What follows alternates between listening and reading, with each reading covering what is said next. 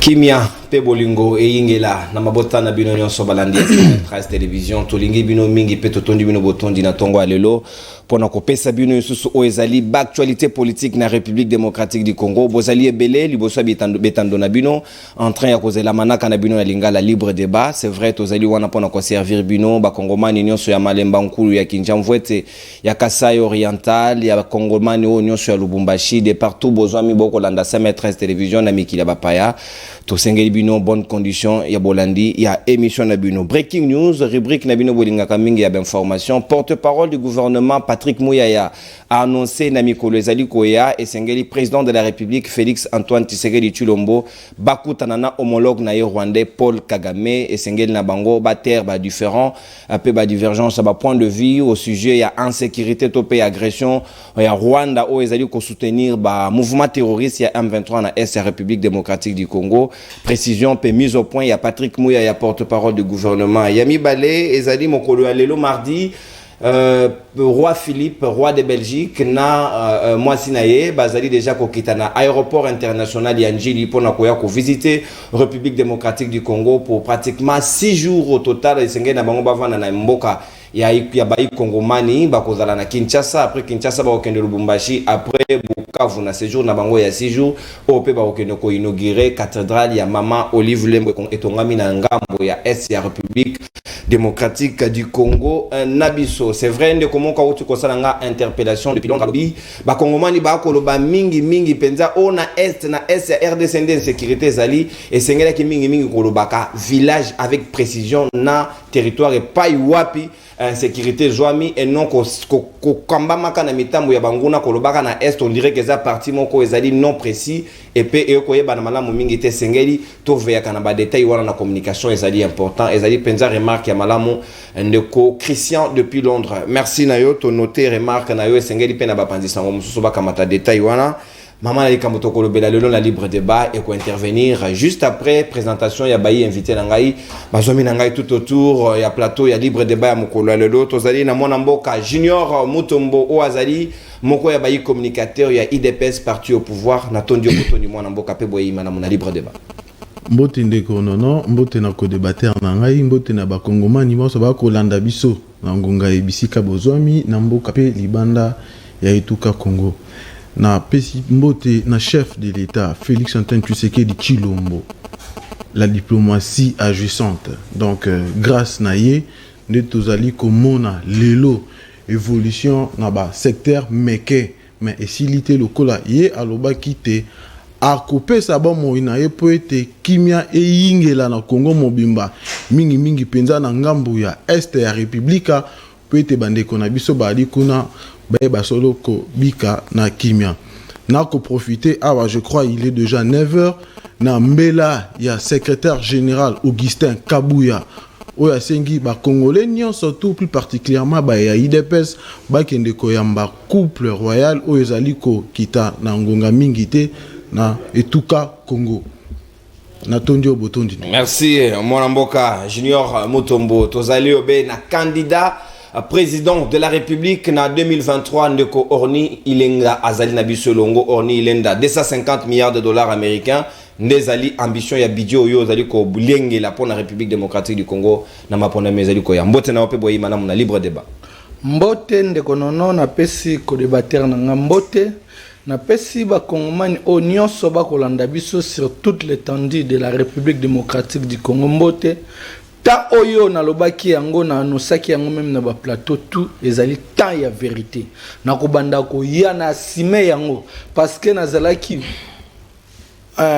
récit na ba ordinaire ya comité international nde ba bengsaki ngato so na bango ba bisinga ete to ko biso makambo parce que ozali muto tendre conscience supérieure donc c'est-à-dire avenir à Congo ezana maboko na donc c'est-à-dire yango monita o na baki na ko banda ko lobaka vérité puis to ko loba pe ba oyo bazali ba rwandais to kola na bango mutu lokola ndeko na biso Patrick Mouyaya leo ba ba te c'est un rwandais ndeko na biso bazé pembe c'est un rwandais to ko bimisa ba vérité wana nyoso to asime yango ndeko nanga omoni naebite so landa ki ba maloba moko ko loba mabad ba ko loba keo e banda kala ba ko boma nga ba ko sala ni na koma 2023 te nasime yango pourquoi parce que nasime nyonso ko yanga na ndimi yango poete na 2023 to me makongo na biso na mbongo na tala tinete biso na parti na biso ISD le 6 tozaki na conférence moko na kati na Kisantu to vandisaki ba jeune tozaki osolana bango oyebi biso ISD na ebisa ko ezali première partie na République démocratique du Congo oyo ko préparer pour na maponami ya 2023 à part biso parti musu ezate preuve voilà pour biso to utaki ko tinda 50 avocats na biso ba uta formation na pour les contentieux électoraux oyo ya 2023 to na Centrafrique voilà bien sûr pour na précisément to baksa sur 20 ba okende ba formation et puis to zalaki to ko former ba témoin na biso o ba roza pour to ki makamba publication de ya ba résultats à la bureau de vote par bureau donc c'est à dire faut bozana ba témoin o ba roza wana ba bureau de vote to za déjà na 15 millions au to ko former yango moni les 6 na zaki na Kisantu et puis journée on a pourquoi journée à les 6 journée à les 6 parce que on a évité yo soko koza na mémoire ya ko se rappeler dans le 6 juin 2020 il y a eu des confrontations il y a des armées na kati ya mboka na biso na Kisangani o eboma 8000 personnes armée ougandais na armée du solo la guerre il y a 6 jours. Il y a guerre à 6 jours voilà et ça l'a appelé le 6 juin 2020 donc le lot on a le 6 juin 2000 auto le cas ça fait 22 ans il y a na zaki na conférence pour hôtel ça va jeune été ndeko quelle que soit difficulté tout aux anango okoki koke ko simba mundu kité pour na revendiquer pouvoir au sani donc sur le voie désir na voie pacifique ndeto kolonga parce que moni ndeko na biso Jean-Pierre Bemba c'est un malhonnête ya Museveni o azwaki mutasimba ta pistolet na vina o papa na tindi même na classe na Belgique ako kima ayebe loko te mais tala Museveni azwaki ya memie kuna na Uganda akia yena na ba Soudanais et loko ba babosa na yango loko na lobake Jean-Pierre Bemba zali même pas exemple à suivre ayana e Museveni azwa ya pe ba Uganda pe ba Centrafricain na ba Soudanais ba yeti ba commune Équateur Jean-Pierre Bemba ayebi eloko ko sala te Museveni ko dicter un marionnette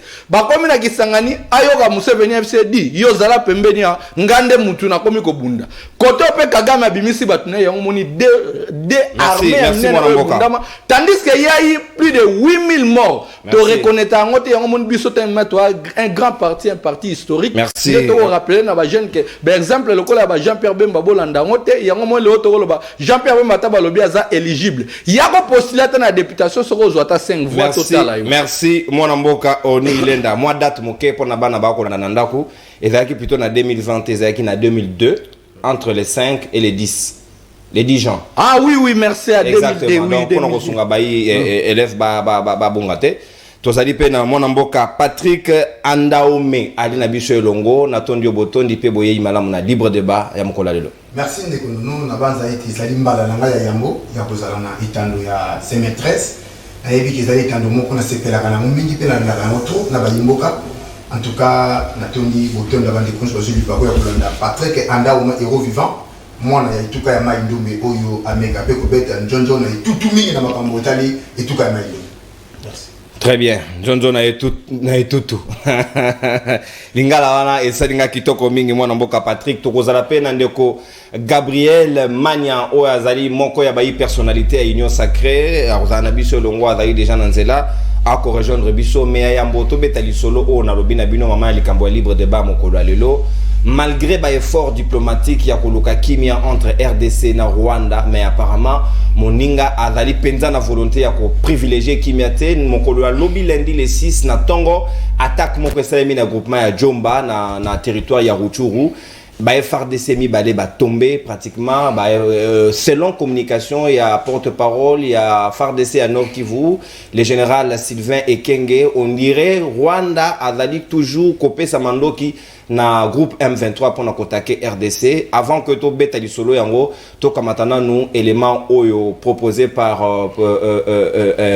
armée nabiso na ngambo ya Nord Kivu simana yango to kozonga pour que to discuter de manière plus froide et plus responsable pour to tirer ba conséquences pe ba analyse o ezali elongo bani pour na ko permettre ba Kongomani ba yeba nini sengi ko sala na ngonga iye réalisation tôt le matin de ce lundi 6 juin 2022, des obus de canon tirés par les terroristes du M23 sont tombés aux alentours de la position FARDC de Bougoussa, au groupement Djomba, en territoire de Rutshuru. Le bilan du côté FARDC est de 2 militaires tués et de 5 blessés. Cette énième attaque intervient malgré les appels lancés au M23 par les instances africaines et internationales et en dépit de la réunion de Goma des chefs de défense de la communauté des États de l'Afrique de l'Est consacrée à la recherche des solutions aux problèmes sécuritaires dans cet espace communautaire. Face à cette situation et aussi face aux intentions belliqueuses du M23, les forces armées de la République démocratique du Congo ne sont pas restées les bras croisés. Elles continuent jusqu'à présent de pilonner les positions des terroristes du M23 depuis les petites heures de ce matin. L'usage des canons à longue portée témoigne du soutien que le M23 bénéficie de son allié naturel. Les soutiens des canons à haute portée, ils allaient témoigner à soutien au M23, ils allaient kozwa na partenaire naturel naie au ils allaient Rwanda, ils allaient ndé bongo communiqué wana ya FRDC et le tout à l'heure. Mais d'abord, to garder mémoire na biso, paix attention na biso en même temps soutien na ba FRDC au Batombi, ba mili mona bango pe manakimia, pe ba 5 blessés wana total soutien na FRDC to zali elongo bendele koyate. Ponamboka, Inch'Allah, patrie ou la mort. Banamboka. Et c'est un peu de réfléchir avec cerveau bongo. C'est vrai, Junior Mutomboyo, Zadi, na union sacrée, mais à un moment, il y a sursaut patriotique. Et c'est un côté de couleur politique pour nous privilégier l'intérêt général. Apparemment, ben, fort nion sur au RDC, ko sala, Rwanda, Azali, ko comprendre en côté, au Tokoi, ko ben à la limite, et Zali, sabotage. Merci, Ndekonono, pour Mutuna. En tout cas, hier, l'air na landa qui n'a pas été qui était des soldats les sous bakufa qui revient à Tongo et ça la kinga pasi kota la bae bazali kolala na zamba Tongo moi butu pour na combattre la frontière na biso et ba ko perdre molimo boy. En tout cas, je compatis avec toute la communauté à FRDC et na ba famille biologique ya bande kona biso batika kibiso ko banda lobby suite ya obio ekoyaki na ngambo na biso ndeko nono pona mutuna na yo soki otali ko banda biso tozwa pouvoir oyo chef de l'état azali kosala ba effort na ba secteur nyonso to et lokola awa na minute to kolobela plus mais matali sécurité ya mboka na biso na lolengo bandeko na biso bazako bika na est précisément na Tchomba, na Rutshuru. Le vrai problème est Zali Nini.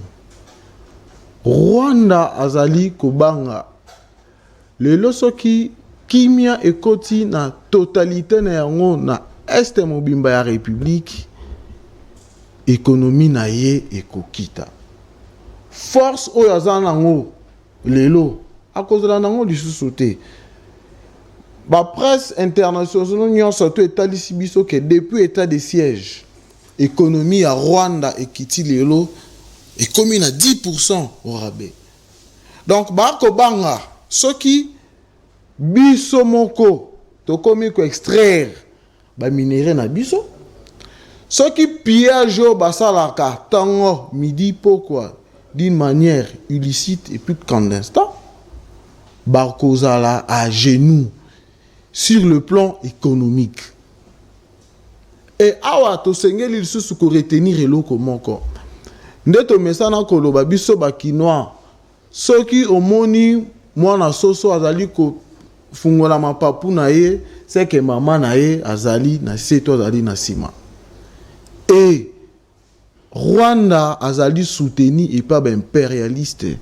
Oyo tango midi pourquoi bazali ko convoitiser ba ressources na biso nous allons comment bali ko soutenir ba Rwandais pour être ba ko agresser biso mais na ngambo na biso tala ba effort mon konzamboka Félix Tshisekedi Tshilombo ko sala awuta ki yambo epande ko na Lorenzo kuna na Angola basololi awuti lisusu na oyo bisika zalaki na président homologue na Denis Sassou Nguesso basololi kaka po matali sous-région plus particulièrement mboka na biso na situation ya insécurité ya est. Cela veut dire quoi? Na vision à chef de l'État azali prêt et après entretien na ye na homologue na Denis Sassou Nguesso alobaki yango ke Rwanda ezali na eloko ekosala biso te ezali pe na eloko ekobangisela biso te biso tozali prêt pour na ko affronter ye. Mais la voie diplomatique, chef de l'État tiki en moté. Et biso ba congolais, il faut tout dans la attitude moko positive. Nenge bandeko na biso ya goma ba manifesta ki yango ba accompagner ke FARDC batikeli bango ya kolia komela pona kola kisate biso population tozali na sima na biso. Et il faut retenir ici que Rwanda, même sur le plan superficiel, les alliés locaux ya kobangisa biso te.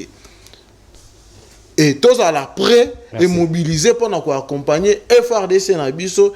S'il faut te frapper, to kobangi loko mon côté, to cause les loko mon côté, mais ba stratégie nyon surtout, ba moyen nyon surtout fait à la réunir pour être to kota na Rwanda. S'il faut que kota pour être Kimia et Ingela, Melembele, na Mupanzi ya Est ya République. Très bien, le Junior Mutombo. Merci. Mwanamboka Orni Lenda, candidat président en 2023. Et c'est un vrai. Okuta Pembo Kango Mobimba, Okuta Mbo Kango sécurisé. Pour que yo exercer mandat na yo comme il se faut na bidjo yo lo bakaya 250 milliards de dollars américains. Mais ayambo. Et c'est un biso nanu total que Rwanda a na bonne volonté te yako sala pacte ya paix na République démocratique du Congo. Merci ndeko nono pona motuna. Omoni tant toko loba makambo ya nation. Ngana loba tant toko loba makambo mboka. Tolongola ka ba sentiment ba couleur politique na biso to focaliser be fort na biso tout na nation. Ya au moins dernièrement même na plateau non même na ba plateau tout na zaki le kanga mutaliboso na prona unité nationale na epte soko unité bon moko na ba ki na Congo lelo ongana mutaliboso on a USD après congrès à partir na biso parti désigné comme candidat na maponami qui pointe à l'horizon donc c'est-à-dire nano saka ngopeke directement nazali candidat na présidence à 2023 to bandi déjà ko bonga et puis ndeko mutami balende ndeko nanga Tshilombo nde mutalobaki ngope na goma yepe aoza candidat en 2023 mutami sa to moni ndeko na biso matata. Mais na matata to ko compter te mais ba grand leader otoza ya Congo minute na ba ki otoza 5 ngai Ilenda Kano Orni Félix Antoine Tshisekedi Tshilombo Martin Fayulu Madidi Joseph Kabila et puis Moïse Katumbi na ba ki onto simba na main dans la main unité. Et moi Mozitu yo che Mozitu te non Mozitu azana sima Fayulu ya lokola ndenge mo ko tanga bemba te bemba za mwana ya Félix ndenge mo Mozitu aza mwana ya Fayulu donc c'est-à-dire donc biso 5 on a aussi na mais de la même couleur politique na ba divergence tout au mettre en côté total la bomoko unité ya mboka na biso fort malheureusement na ko mi tomber donc na mi ko essayer d'itinéraire parce que ba te belé même ba même be mission to ça na yo dernièrement makambo na ba même ba te belé senga okoki ko loba bongo tenga na bi pour l'unité nationale pour na intégrité ya mboka na biso pour na kimia ya Congo nde na sala ki yango. Mais fort malheureusement ndeko na biso Tshilombo alakisi biso ete azali mutu moko oye Rwanda ko bangisa Congo te kasi ndeko Tshilombo ndako banga Kagame elakisami bayebisi bango to moni ndeko na biso makisala lobi ete avant même makisala lo bando moni ngana saka makambo avant to ndeko Tshilombo babengisi bango na Angola Kagame déjà bisi Laurent Swabi na ko yate Laurent Swabengi Félix Swabi mais Kagame azo buda oyate Félix Swabi tengana miyela parce que soit mon présence nga pet akoyi koya Félix pour ami kendel kuna Laurent Swabi mais Félix tozana Félix awa yaka Félix azoba aobanga yo non on bonde la Kagame ba bonde la Kagame alobi na koyate yebise atika na 2 militaires wana et puis soka luki négociation nga to sala ngo après mais kuna na oyate Félix Abi oui na otika des militaires na yo boka ki on to otika des militaires na bon tandis que biso to ebi que et ba militaire on ezali même épreuve au biso lelo to ko ko abondir partout au Kenya. Nous sommes agressés par les Rwandais parce que plusieurs fois malgré tout le 6 juin et bandaki le 6 juin. Ouais, non, on appelle ça un décalage. Voilà. Le 6 c'est vrai, mais à partir des 5 na les 10. Ah voilà. Donc le 6 juin de Makambwana o bandaki. Mais est-ce que vous avez de 98 tina 2000 ans. Musée Akolobake, il y a pas de rebelles, ce sont des Rwandais. Comité international, nous sommes agressés par les Rwandais. Même musée Oyo, pour la côte na Bokonzi, batu ba compagnie. Ezaki ba Rwandais soit disant ba lobaki était ba Yolanda batu o ba ocha bango ba génocidaire o ba ocha ba mbutu et longa ba génocidaire comme ti ba ya ba ovandi sa musée na pouvoir. Bon musée c'est que déjà la légitimité populaire. Pourquoi? Parce que batu tout ba lembaki Papa Etienne na Mobutu parce que Papa Etienne na Mobutu ba niokola ki peuple congolais plus de 32 ans. Balemai Mobutu te mais balemai Papa Etienne na Mobutu. Papa Etienne na Mobutu bazami balé les deux ma passa wana. Basali coup d'état bango mi balé tindenge biso to ko menacer bango tindenge ba ken États-Unis biso to sala grand lobbying na lo bango na États-Unis d'Amérique. O ba biso Mobutu ete au monde biso to ba militaire na biso na États-Unis ba bamba Mobutu mabanga président États-Unis biso ndengo ko zonga na cha démocratie parce que ISD ko ya mabe. Mais Mobutu asaki ndenge nini? Kaka obi na ville nini bayokana makambwana na Washington Mobutu Papa Etienne Bobite photo spona ko casser ISD photo sala opposition de Mobutu ya ko pesa idée IDP sonande IDP sonde ko ngalati fondateur nango ya solo c'est Mobutu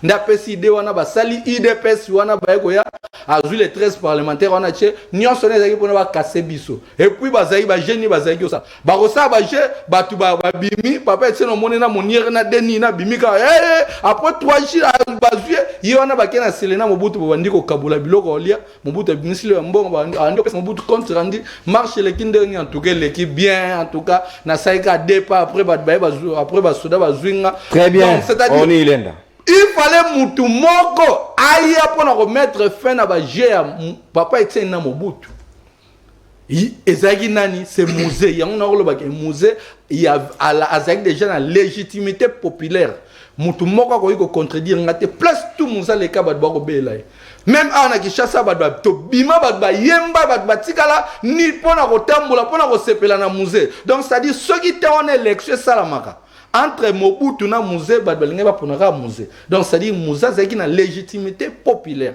Et puis Moussa y na oka mususu ba jeune subo ko yamba ba ebi histoire coopération ya Rwanda ba ko accord ya Emera accord ya Emera wana Moussa signé ki ba accord ya Emera wana tango signé ba accord wana zaki atanki ki est-ce que azalaki na azaki autorité moko mboka tiens azaki un simple mutu oyo bazuye un simple rebelle toloba maintenant comme na bokonza obi makambo ezalité ce sont des conglomérats d'aventuriers tout biso tout obi makambo toloba n'est jamais trahi le Congo prenez-vous en charge babiloko to loba wana donc c'est à dire aza mutu o alinga kimboka.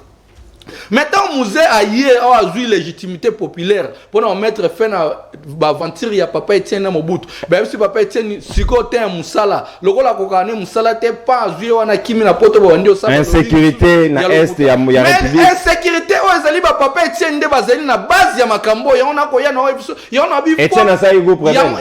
Mais Papa Etienne il était soutenu par les Rwandais oui bien moté. Ya on doit ça ba faut ba tout ba yeba histoire bien. Même ba jeune frère na biso ba tout na le qui lobby quelquefois non les gars mais mission lobby que makam onga na ko lobaka lelo ba professeur faut bozo kango bo teng sango batu papa uti musala oyena 18h au lieu que le canabar vandi sa bana ozana bana 5 vandi sa bana madame banda ko tie ba makam ona ko loba parce que lelo onga zali menacé même pas par le Rwanda parce que les autres n'étaient pas Vincent Karega n'étaient pas zongi déjà Rwanda ce beau éviter et y a pas lobbying au biso de ma rapatrié accueillir une gotika message va accueillir boya les susciter car États-Unis azali même na sima makambo oyo États-Unis akoluka même motunanga na makambo parce que na lobaki yangote nazali prêt parce que bato ba soleil na ba obi ozali muto atteindre conscience supérieur loba vérité pour te na mboka na pour te mboka ba congolais tu pas comprendre oh tout toi na ngo posa au consommer ta dentelle ndeko nono na pona chiter na lombango consommer ta dentelle makambo o to ko vivre ezali bato o bazaki liboso nde basali ba buzoba wana nyonso mais ndeko na biso Tshilombo a comprendre ne logo moko te azui soutien population ba comité na frontière pour ba katisa Kagame asali 3 discours asoli na population na asoli na parlement asoli na conseil ya sécurité ya mboka na ye est-ce que oyeba ke lobby samedi awa Kagame asaki marche na population ba comité na frontière na biso Kagame o mona Kagame un représentant de Satan sur terre un moine Hitler démon o tokoloba mais pour la nini pourquoi population na ba Rwanda ba kolinga makasi pour akolakisa makasi ye Kagame o akosala nyonso akoyiba awa akoketonga na mboka na Rwanda mais ndeko na biso Tshilombo tala titidi ya ndeko na biso Tshilombo tala donc Tshilombo alakisi kazali obstacle ya avancement ya mboka na biso tala ndeko Tshilombo albushi be akobanga koloba eloko moko te ye musala na 5 étoiles ne koma oyo. Merci. Oyo biso sasu kuta zaki obonde la biso plusieurs fois mais 5 étoiles ne comment et puis ton frère mon frère mais tala ton frère makambo ko sala. Merci. Lelo oyo rien muto ko lobelo ote donc c'est-à-dire na tout ko mona lelo tout ko loba we guerre zongi sou na uchuri ya moni ndeko alobi wana ke photo préciser ba village to loba c'était to préciser ke village boy donc c'est-à-dire merci Oni il est là ndeko Tshilombo azali obstacle ya avancement ya mboka na biso donc peuple congolais prenez-vous en charge ndeti muzalo bagi pote to luka to sila na ndeko Tshilombo alongwa pote avancement na biso kende merci azali obstacle ya makasi pote mboka na biso ya avancement Oni il est là to komi na kanda congolais te place azali komi na kanda ne yango respecter sulta d'antenne. Et ce consommant, c'est un peu petit candidat président. Quand vous avez cité ceux qui étaient foufou, on a parlé de la nation, on a relié à Yomo. Non, on a bandolié na batu. Conseiller Baroliate. Merci beaucoup, mon amboka. Sikawa, Ndeko Patrick, n'a évité. Est-ce que Bisso Congo, Tolingi, Kimia, parce que départ l'histoire de la République démocratique du Congo, n'a notre Bundi, sa voisin, mon côté, to vivre en Kimia, autant qu'il m'a dit, na ngambu ya bapaya, ba voisin, on se va entourer Bisso neuf au total. Mais apparemment, Rwanda a des démarches na biso ya diplomatie, il y a Bossololi, malgré tout, il y a continué toujours à tirer la ficelle derrière le mouvement M23. Stratégie ni nous en place. Merci Ndeko pour na kopesa ngai maloba, nazali na esengo mingi na mutuno tuningai. Vraiment na sepé na question wana. Omoni mboka Congo, wita tozwa indépendance. Tozali mboka moko oyo tofungola maboko pona bandeko banso. Na kanza ete tozali lokola mboka ya États-Unis. Donc Congo ezali mboka oyo etonda kita kasi mote malamu de tonda biso. Nakoloba na bandeko mibale oyo bakosala politique ndeko na biso ya IDPS pe ndeko na biso ya kozala candidat président parce que ezali droit civique ezala bongo. Bosala politique pona intérêt ya mboka. Eloko kosala pasi nakola na maloba na bino mibale ba mboka tobe ba congolais basi ba comprendre to basi ba sosoli la populisme. Bosala la politique te parce que lelo oyo na etuka ya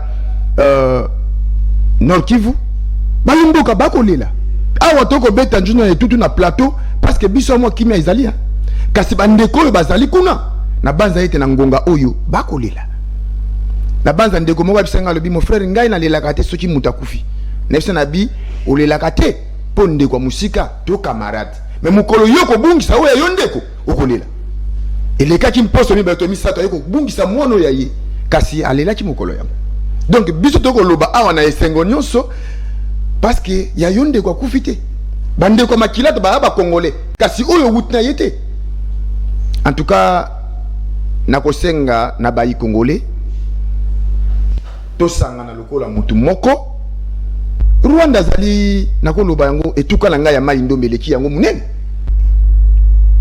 ete biso nyonso bayi congolais to sangani ndenge to monaki na mibu elekaki na ba 2000 tango to kangaki ba Rwanda awa district moko ya Changu bongo na engumba mobimba ya Kinshasa tope na mboka mba Congo te bandeko politique boko sala eko kota ngai te parce que oya koloba Tshilombo oya koloba boyi oya koloba awe komi likambo ya mboka ezo likambo Tshilombo te e komi likambo congolais mama tata telema na base ete mobeko likonzi ya mboka esili koloba ngobongo article 63 soki mboka ezali na bitumba congolais nyonso azali na droit ya ko défendre intégrité ya territoire na kasi bino bayi politique ici boko station théâtre ya populisme pete tina ete balandi ba kolanda itando ike na moment ba beta bino maboko. C'est ça que ça passe. Donc pour nangai anda omero vivant Patrick.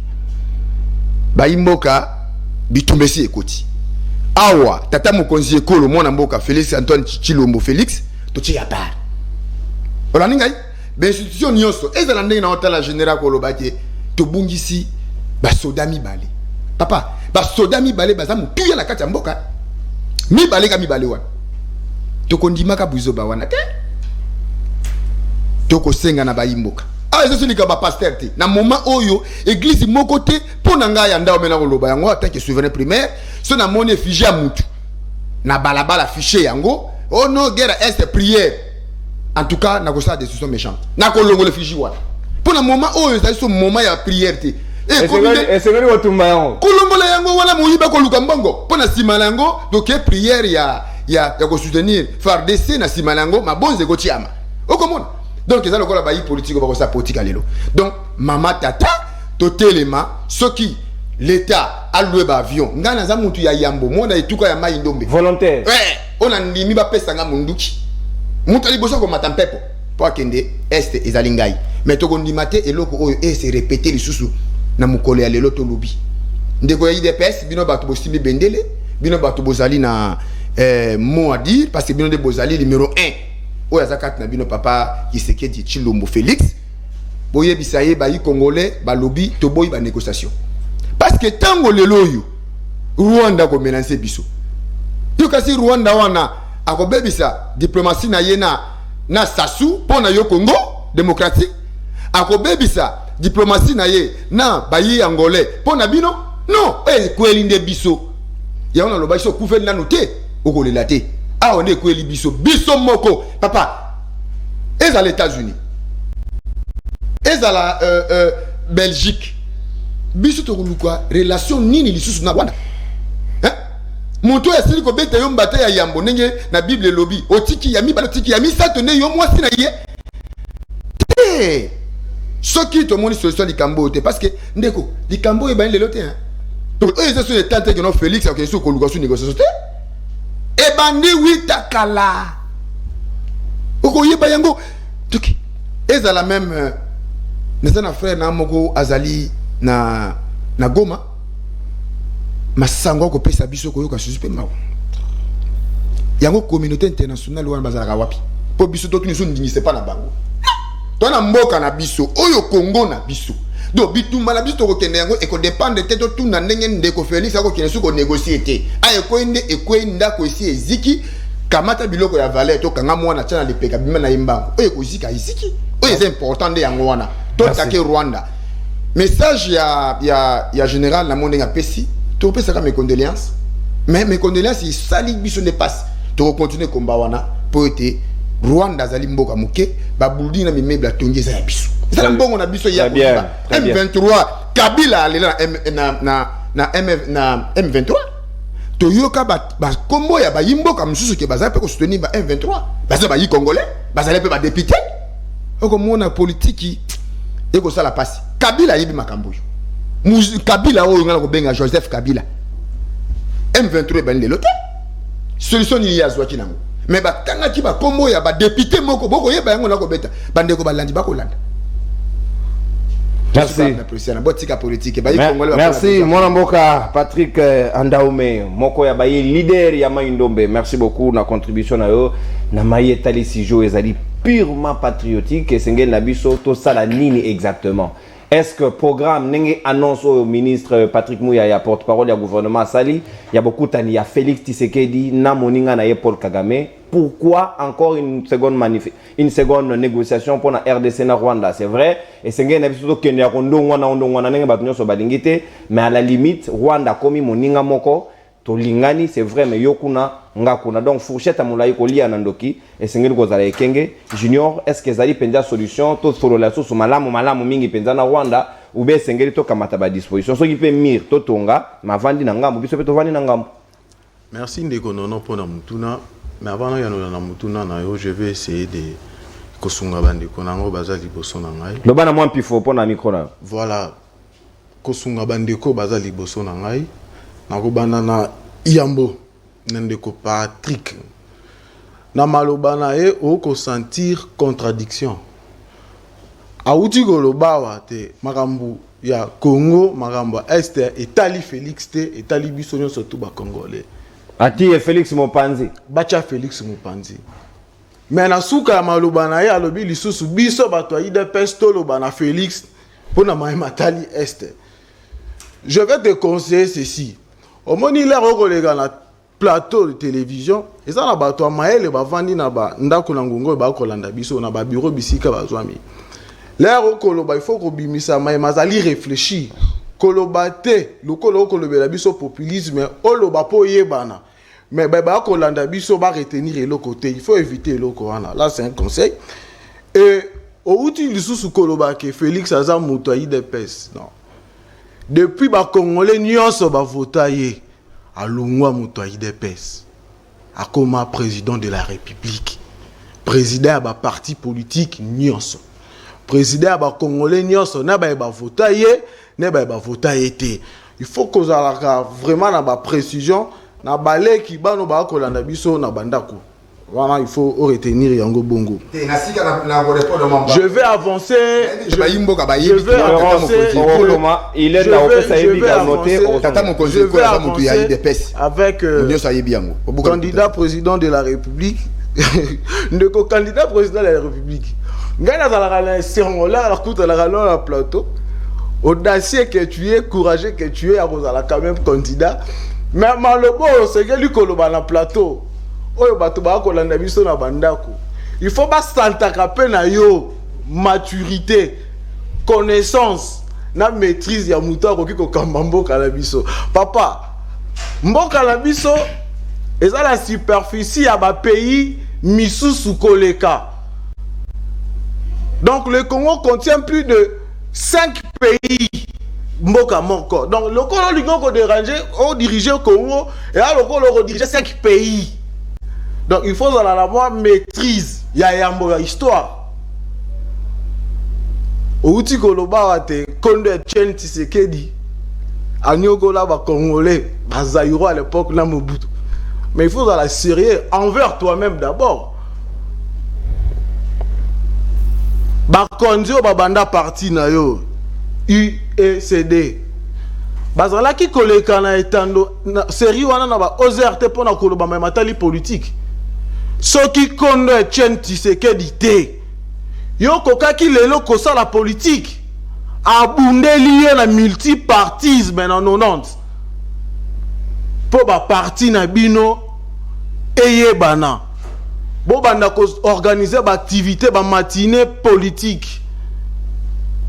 Cher candidat président, il faut avoir le maximum du respect na konda Etienne Tshisekedi. Abunde lié pour la démocratie. Et il faut une bénédiction à papa oyo. Donc ceux qui ont la bateau Seigneur qui respectent leur collègue en tant qu'acteur politique quand Etienne Tshisekedi azali ya yambo pour grâce na yendo zu courage na régime ya Kabila yo zaki koleka na TV pour le ba makambo zoloba na régime Kabila non. Aux candidats président de la République, il faut que vous banini au koleka koloba na plateau. En plus, au lobby pour gagner l'élection, vous formez 50 avocats. Mais mon cher, pour gagner l'élection, il faut qu'on redynamiser parti. Il faut que nous soyons candidats partout dans la République. Le député national provinciaux. Yo au bongi sina nous. Ba challenger te mais yo ke lo ko kendeli ko préparer ba avocat pour na ba contentieux. Donc c'est que oyebi ke okopola. Il faut être sérieux. Nazonga na mutuna. To revivre na Rwanda lolenge nini? Esengel na biso to so la to la ba. Non non. Ndeko baluna na mi Congo. Yo pesi mo Congo, ye pa pesi mo Congo. Ndeko non non. Mboka na biso ezali na 9 pays voisins. Oyo lelo ata babaloli mokili tokozala kaka na bango le banzambe to bato bakabola Afrique bato bakabola mboka na biso na conférence nationale na la conférence de Berlin ba changer biso ba voisins et ndetoza awa na be ba kolanda biso na ndako soki to consulter ba guerre nyonso ya monde guerre à 40-45, guerre nyonso tout, jamais guerre ici là dans front. Na lobi awa jamais guerre ici là dans front. Ata batu bali na front ezalaka na groupe ya bato bazalaka autour ya mesa pona ko yokana pona ko bongisa par rapport ya matali situation batu ba ko bundela. Soki président de la République a embrassé deux chemins wana. Chemin diplomatique na chemin ya basoda na biso ba battre la territoire na biso bazala kaka na front ba riposter et puis ba attaquer s'il faut qu'attaquer ma belle zali wapi. Mais ici il faut pas oublier que le chef de l'État azali garant de la nation et de bon fonctionnement de l'institution. Il a des informations oyo batu nyonso surtout ba ko le kana plateau ba ali na ngote. Il s'est entretenu na ba aux officiers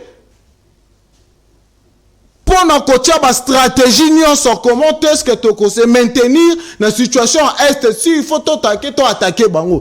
Est-ce que ba stratégie wana il faut président de la République a salé lango lisu sous point de presse to porte-parole au gouvernement aleka alo batolobi boy. Non, eza ba stratégie de guerre. C'est lié à la sécurité de la République et à la sûreté de l'État, je précise ici. Donc na kosenga na ba Congolais nyonso tu bisika bozo mi baba kolanda biso. Gardons notre sérénité, toi accompagné ba FRDC. Rwanda ko bangisa biso neloko mon côté. Merci. Et chef de l'État nengende kwa lobaki akobanga Kagame azali neloko mon côté akobangela Kagame. Très bien. Ce qui a boyaki ko répondre à l'invitation, il y a Lorenzo et azali une éducation diplomatique mon côté to politique mon côté on de ko Félix azali na yango akendaki ko solola na ye poye eloko aliboso na mutu na ezalaka kimia. Il préconise toujours la paix. Na akendaki ko solola na homologue na ye pour être en dépit de tout Afrique ezali libota moko to sangana to yokana pour être kimia ebika na est. Merci Mwanamboka Junior Mutombo Ndeko Orni Ilenda candidat président. C'est vrai que FRDC bakangide militaire rwandais wana ba réussir ya ko bouter na or ya zone ba rebelle ya M23 ba kutanaki na arsenal militaire moko o et démontrer qu'il y a suffisance que M23 azaki soutenu na Rwanda. Au même moment deuxième attaque où tu conseilles mamokola lobby lundi, même discours et kozonga kaka négociation bazali ko annoncer yango déjà na mikolo ezali ko ya Félix bakutana Kagame esengeli basola nini tozonga na ndenge tozalaki kala en même temps to ko sala ba démarche ya diplomatie pour que kimezonga mais moninga alingi na yewana te quel genre de relation esengeli na biso to établir sika wana Rwanda. Merci ndeko nono ezali pasi pe mawa yango mo tokoloba yango mo ntango nakoloba ete makambo o na ute koloba na osala livre o kalaming te kosila o ezali mon lit ego comme appelle ton lit ego comme appelle notre lit donc lit ya biso tu biso la bonne lit pona ba nyonso ba Congolais Congolais nyonso o alingi Congo o aza un vrai Congolais parce que infiltration o biso le loto pour vivre. Les infiltrations au Witi Kala, Witi à partir de brassage, tant que à partir de brassage, j'entends que Nessan City, ne go bemba zaigi na ba Ougandais na ba Centrafricain na ba Ougandais, ba militaire wana ba compagnie ga tant ba na brassage tant ya comme vice-président, ba militaire wana botu na ngachaka bangwa. À côté de la armée na biso donc c'est-à-dire infiltration wana yango moni biso to koleka, même bande ko na biso ba Junior Mutombo. Baza bato na kamwe kutu ya gotika ba gotika on dirait ka yena Augustin Kabuya na kati ya IDPS o ba o comprendre non mais presque ba tout ba comprendre que o tout yo ko ebisanga ke kolobo biso to koloba boezali papa Etienne siko na non parce que ISD a parti ça en 1958 na 58 on a papa Etienne azaki na parti ni tant que comme na 65 azaki na parti ni avant 65 ou tant que comme na 62 azaki na parti ni tant que comme na 65 azaki na parti ni contradiction. Biso Belgique a tindel biso invitation pour que na basis ya table ronde. Il essaie de boy kokende. Yebi na pas connaître papa tina zakata na kombo zakata na parmi ba leader na biso nde bazawana ndel ngaka kemba to boya kokende. Même si on y habite, Kassavou, Boutier, Kassavou va diriger dans 5 ans. Il y a aussi des pourparlers. Au Kassavou, Bisso n'a pas que tu as parti, Oyo, tu bottes là, roi, cadre n'a biso embrasse, tu le bac en ouate, roi Babel, Jinde, Baiki, Koluka, Bisso, Awa, Bisso, tu ok, tu es pour voilà, pour te l'accès, on tombe, tu n'as aucun cas, le mbago, tu bottes là, na banzi, le long n'est roi Philippe Aroya, bon, robot, là, SOP, au Tinamot. Non, déjà, tu sais, là, on n'est pas à Bako, on a été, tu bottes là, bon, déjà pouvoir. Très bien. Tu bottes là, bon, déjà pouvoir dans ce stade. Le bel ami, non, ndeko junior mutombo ayebi baza bato bakosa ki bango ya ona loba na ide pesi batirel ka on dirait yena Augustin Kabuya po Jean Kabouni félicitations à comprenant déjà que o ezan zela olandate. Donc c'est-à-dire au moins que o ba comprendre nan makamute ndeko passion yona ngato ko vivre awa yo ke lobake papa Etienne o yebsanga papa Etienne asala combien d'années na Mobutu pour on se séparer. Plus de 22 ans, papa Etienne Azalana Mobutu.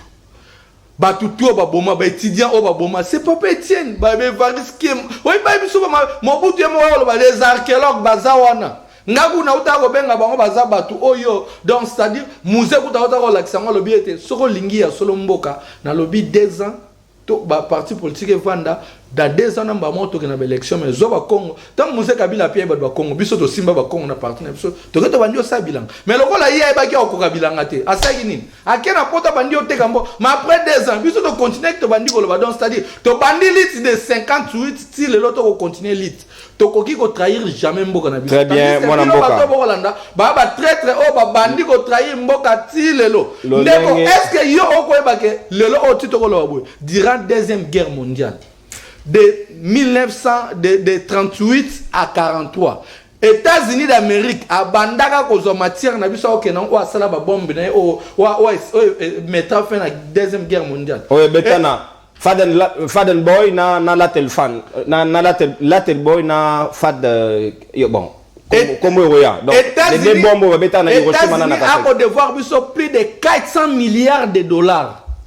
Est-ce que na parti na bati ya ko makambwana Belgique yo ko mona Belgique a devoir plus de 500 milliards plus de 150 milliards de dollars. États-Unis a boyaka au foot mbongo wana pa ya Belgique parce que na repesa ngo Congo mukolo Congo est comme un pays souverain ko Congo a besoin d'indépendance avant de mbongo wana fait ba foot dans 6 tranches mais lelo oyo États-Unis a sala ba chantage na ba président tout ba le Caraïbes savant que bozali illégitime ko senga mbongo wana yango biso ton na ba ke to pesi maboko na ndeko chilombo to pesi maboko pourquoi to pesi que ba préalable to pesi qui na fait des routes banda muto ko agresser biso ezali États-Unis d'Amérique guerre oyo o mona Rwanda ko sala o M23 ko sala ba vrai parrain ya guerre o ezali États-Unis d'Amérique ndeko non o moni lelo oyo tokoki ko banda na biso ko lo batito silisa balobi ba lance roquette ya longue portée ba arme o se retrouver au biso armée au biso nation to ko sombate mais ba arme ne se retrouver ndeni na maboka ba rebelle est-ce que to ko sosola siko nde yango na lobby relation ni ne senge na biso siko to ko vanda na voisin ya lolenge wana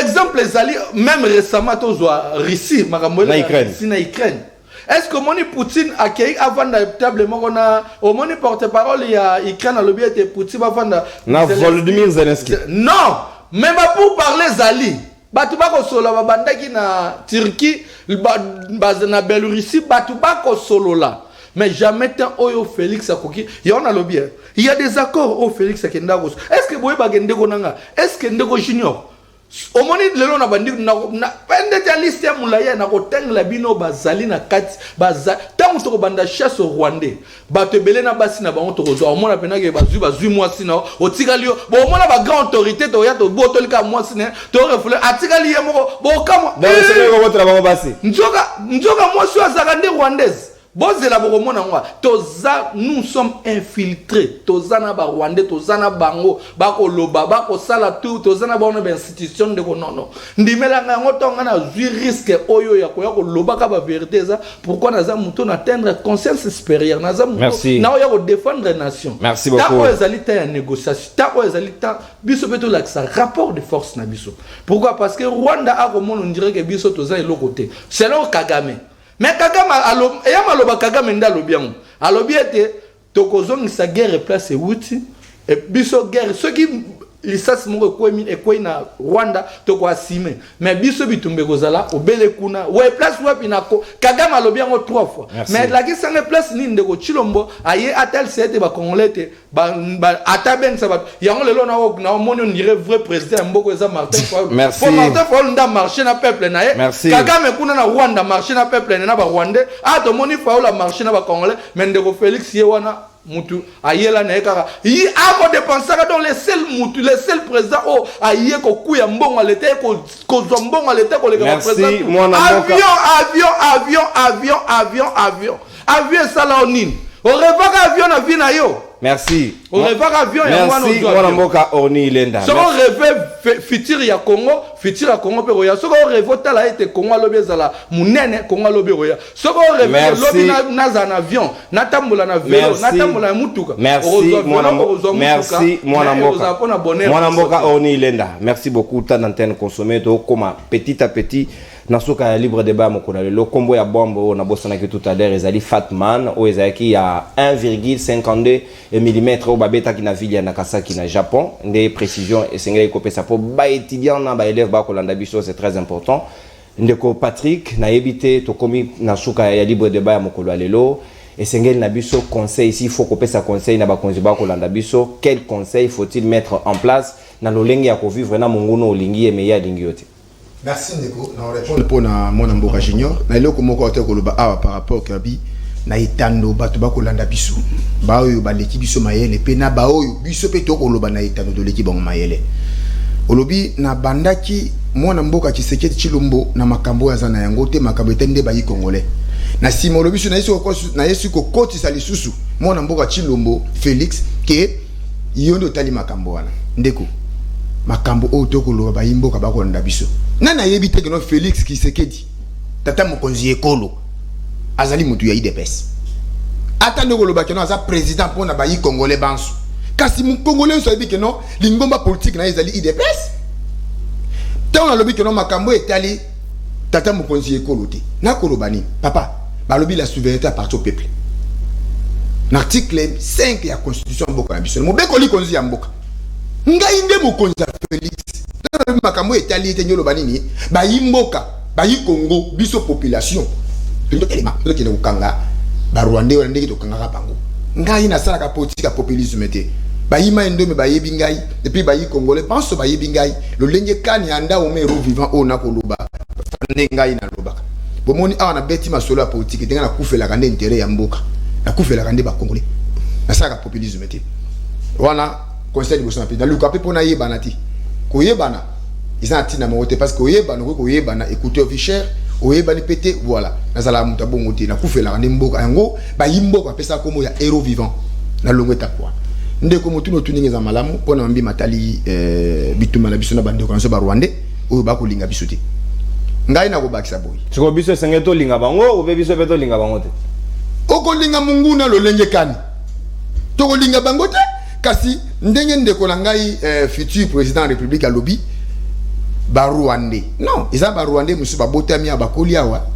mais za Rwandais bolingwa mboka zana yango ta musupe azama kama Rwanda ndia olubana ti donc ennemi na so Rwandais o azana ngambu numéro 1 na bana ni Kagame et da Kagame to ba Rwandais no parce que na kati kuna na moni ba Rwandais musu ba ko kondane ba pratique Kagame ba ko bengeme c'est ça yango na koloba et ça defone to kangane mato ya lapin wana mona popé wana yende mutu fande o kanga nena mato ya lapin hein Kagame oh amunene le bolo wana c'est monsieur atanga ya ndao mebo na obete makasi et puis na musakata donc c'est monsieur que non Congo il fallait biso moko to kangai et pour nangai so ya signé le la négociation il fallait coûter un chef de l'état mabe izati za mutu que non te yete muta sengi yena nana sengaki Félix te tata mon conseil ko la ko senga boité wana bunyiru mais communication uti na ngamu na biso ndo to ko bongisa milulu na lobi boye ba yi congolais ba telema ici to banga mato yu la pente pour na Kagame te o est important pour la zone de Konangai